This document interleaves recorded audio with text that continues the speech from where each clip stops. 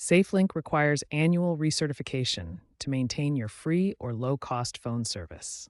This process confirms your continued eligibility for the Lifeline program. You'll receive a renewal notice 30 to 60 days before your recertification date, due in October 2025. To recertify, log into the MySafeLink portal via the app or website. Update your personal information and submit proof of eligibility if required. This may include income statements, utility bills, or government-issued ID.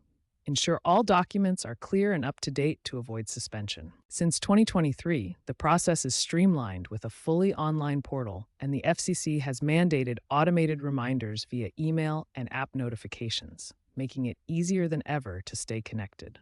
Contact 1-800-SAFELINK or visit a retailer if needed. If your SafeLink service is suspended due to failed recertification or 90 days of inactivity, don't worry, restoration is possible. First, confirm your eligibility for the Lifeline program again. If suspension was due to non-payment, low-income users often have these balances waived. Access the MySafeLink portal or call 1-800-SafeLink to re-verify your information and upload any necessary documents. Service restoration now averages 24 to 48 hours post-verification, a significant improvement from previous years due to better database integrations.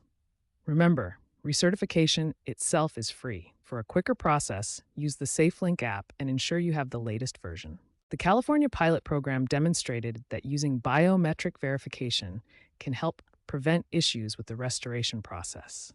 If you live in a rural area, keep an eye out for special options that may be available to you.